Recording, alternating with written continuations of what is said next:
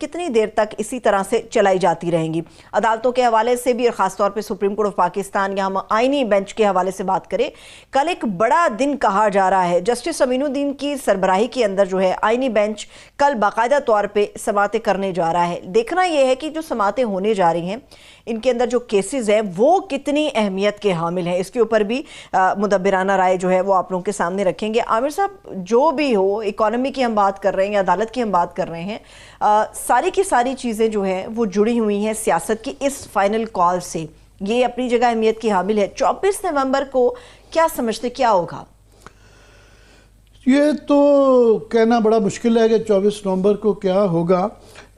مگر ظاہر ہے یہ ہر کال کو حتمی کال ہی کہا جاتا ہے، اور ایک چیز ہوتی ہے، دونوں طریقے ہوتے ہیں۔ ایک ہی ہوتی ہے کچھ عرصے بعد تھکاوٹ ہو جاتی ہے، ایک ہی ہوتی ہے کہ تھوڑے عرصے بعد امید لگ جاتی ہے، دونوں ہے۔ سب سے بڑا جو ڈیسیجن ہے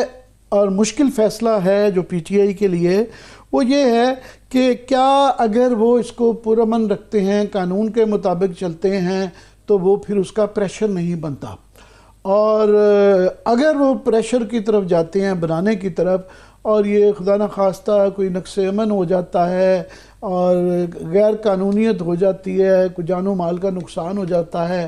تو پھر یہ خطرہ رہتا ہے، 9 مئی کا خطرہ ہو جاتا ہے، اور خدا نخواستہ وہی میں کہتا ہوں۔ تو اس لیے یہ ایک دونوں قسم کی آوازیں ہاکس اینڈ ڈوز کی آتی ہیں، آج بھی چل رہی ہیں، کہ کچھ لوگ کہتے ہیں وہ جو پرانا طریقہ ہے کہ ایک آواز لگا رہا ہے کہ جدوجہد، دوسرا کہہ رہا ہے مصلحت مصلحت۔ سو ایک مصلحتی گروپ ہے جو کہہ رہا ہے کہ جناب قانون کے ہاتھ میں، قانون کو ہاتھ میں نہیں، بالکل دائرے میں رہنا ہے اور بالکل کچھ نہیں کرنا۔ دوسرا وہ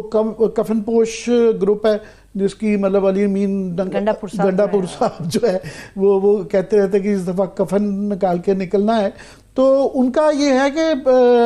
پرابلم ان کی لیڈرشپ کی آتی رہی ہے۔ یہ ضرور ہے کہ پی ٹی آئی کے ورکر نے ہر دور میں پروو کیا ہے، پر کہیں نہ کہیں جو ان سے غلطیاں ہوتی رہی ہیں، کینسل ہونے کی یا وہ کرنے کی، پھر آپس کی لڑائی مار کٹائی نہیں ختم ہوتی، مگر اس دفعہ انہیں دیکھیں گے کیا اسٹریٹجی بنائی ہوئی ہے، کیسے وہ کرتے ہیں۔ مگر یہ ضرور ہے کہ یہ اس کی ٹائمنگ کا ابھی بہت فرق پڑ گیا ہے، کہ ورنہ تو وہ 2.5-3 سال سے یہ تمام ان کے زور کے باوجود جو ہے وہ یہ موجودہ سسٹم کو، نظام کو نہیں ہلا پائے۔ مگر فرق کیا ہے؟ فرق یہ ہے ایک کہ ان کے ساتھ جو میکسیمم ہو چکا ہے، اس کے آگے کیا ہونا ہے، ایک ڈر ہے۔ دوسرا ڈر ختم ہو گیا ہے۔ دوسرا یہ ہے کہ انٹرنیشنلی ان کی ایک امید لگی ہوئی ہے کہ پتہ نہیں ابھی کوئی ٹرمپ صاحب آ گئے ہیں، اور ایک طبقہ ہے جو کہی جا رہا ہے کہ جی کال آئے گی، اور اس کے میں مطلب مشاہد حسین سید جیسے جو لوگ بھی ہیں وہ اپنے تجزیے کی بنیاد پہ کہہ رہے ہیں کہ جناب ٹیلی فون آئے گا۔ دوسرا یہ ہے کہ یہاں پہ اگر اس دور میں اب اس دفعہ اگر غیر استحکام، عدم استحکام ہوتا ہے تو پھر مشکلات گورنمنٹ کے لیے کوئی یہ آسان کام نہیں ہے۔ اس کی وجہ یہ ہے کہ جو اکانومی کی صورتحال ہے، کیا اس کے ذریعے جو ہے آلریڈی جو ہے کارخانے بند ہیں، کاروباری طبقہ تنگ ہے، ٹریڈرز تنگ ہیں، عوام تنگ ہے، اور سب سے بڑا جو اس وقت مسئلہ چل رہا ہے، سب سے بڑا کرائسس جو ہے سماگ اور سیکورٹی کے علاوہ، وہ یہ ہے کہ آئی ایم ایف کی ٹیم یہاں 4 مہینے پہلے آ گئی ہے، اور وقت سے پہلے آ گئی ہے، اور اس کی وجہ یہ ہے کہ ہمارے جو ہم نے ان کے ساتھ شرائط رکھی تھی، وہ نہیں کہہ رہے ہیں کہ 4 مہینے انتظار کریں گے فیصلہ کریں گے، وہ کہہ رہے ہیں ہمیں ابھی سے ہی نظر آ رہا ہے کہ آپ شرائط جو ہے نا وہ پوری نہیں کر پا رہے، تو ہم 4 مہینے پہلے نہیں اس کا انتظار نہیں کریں گے، ہمیں ابھی بتائیں کہ آپ نے کرنا کیا ہے۔ اور اس کا مطلب یہ ہے کہ وہ اگر آئی ایم ایف پیچھے ہٹ جاتا ہے اور وہ کہتے ہیں کہ جناب ہم آپ کو ٹرانش نہیں دیں گے، تو ہمارا دیوالیہ پن کا خطرہ منڈلا رہا ہے، وہ ٹلا نہیں ہے۔ اور یہ میں نہیں کہہ رہا، یہ اورنگزیب صاحب خوب انہوں نے 2-4 دن پہلے کہا ہے کہ جناب ہم نے جو تھی امید دلائی تھی ان کو کہ اتنے پیسے اکٹھے کر لیں گے، خاص طور پہ جو فورن پیمنٹ ہم نے کرنی ہے فورن ایکسچینج میں، اس میں $2.5 بلین کا گیپ ہے، کہ ہمارے جو دوست ممالک ہیں وہ چین، سعودی عربیہ، یو اے ای، وہ جو رول اوورز تھے وہ $2.5 بلین کے نہیں ہو پائے۔ $1.5 بلین ہے جو کہ تیل کا ہمیں رعایت دیتے تھے سعودی عربیہ والے،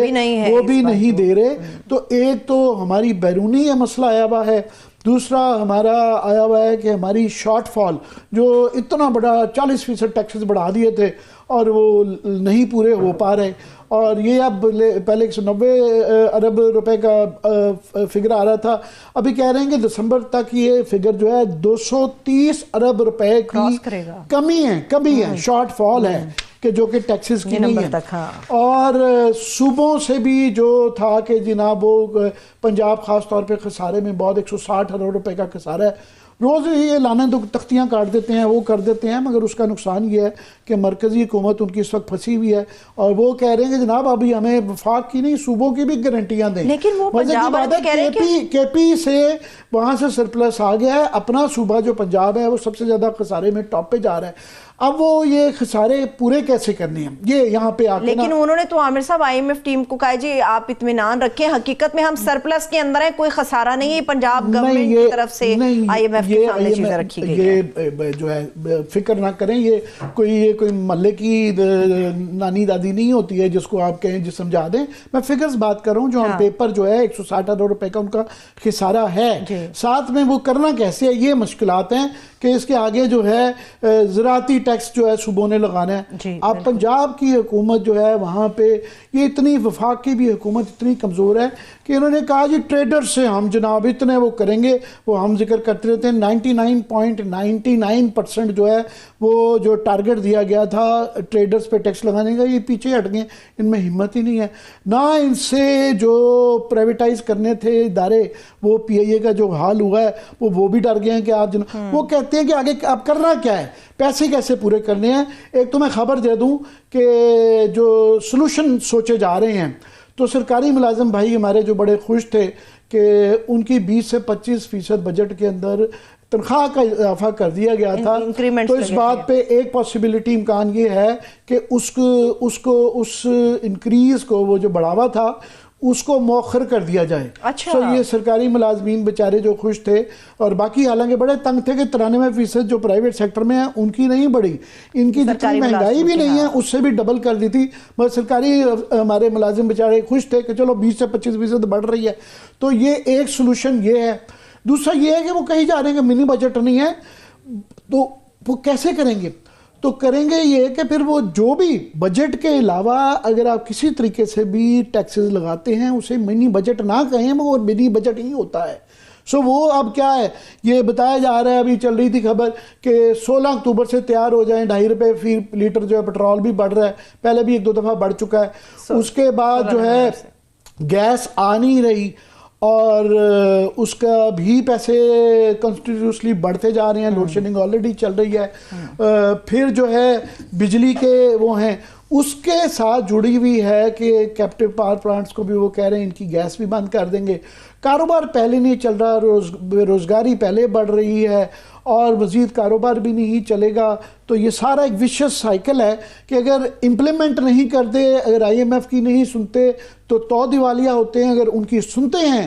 تو پھر یہ PTI کی ضرورت ہی نہیں ہے۔ لوگ یہ اسموگ سے، مہنگائی سے اتنے تنگ ہیں کہ وہ ویسے ہی گلے پڑنے کو تیار ہوئے ہیں۔ اس لیے یہ گورنمنٹ کا اور گورنمنٹ کی صورتحال رویہ یہ ہے کہ پرائم منسٹر صاحب جو ہیں غیر ضروری طور پہ، مطلب یہ سعودی عربیہ ٹھیک ہے، مگر ان کی تقریر باکو میں یا سعودی عربیہ سے کوئی اسلامی ملکوں نے یا انہوں نے کوئی فرق نہیں پڑنے لگا تھا، جہاں ملک کے اندر اتنا کرائسس ہو رہا ہو، اسموگ کا چل رہا ہو، ایک سیکورٹی کے ایشوز چل رہے ہوں، اکنامک ایشوز چل رہے ہوں، تو آپ وہ ڈپٹی پرائم منسٹر صاحب کو اتنا شوق ہے تقریر کرنے کا، وہ بھی ساتھ ساتھ جا رہے ہیں 3 دن کا باکو کا ٹور، وہ سمجھ نہیں آتی 3 دن بھائی آپ نے کیا کرنے ہیں یہاں پہ ملک۔ ایک ورچوئل کی آپشن نہیں تھی عامر صاحب، اگر انہوں نے ہی بات کرنی تھی تو کوئی ورچوئل کی بھی کیا ضرورت تھی؟ اگر کہہ دیتے کہ وہ ڈپٹی پرائم منسٹر نام کے رکھے ہوئے ہیں، جی ڈپٹی پرائم منسٹر ہیں وہ چلے جائیں گے تو کیا فرق ہے؟ انہوں نے وہ باکو میں پچھلی لائنوں میں جا کے کھڑا کر دیا، انہوں نے کہا جی جا کے کھڑے ہو جائیں، اب وہ پھر ان کا دل دکھتا ہے کہ جی ہم اتنی بڑی اسلامک نیوکلیئر کنٹری ہیں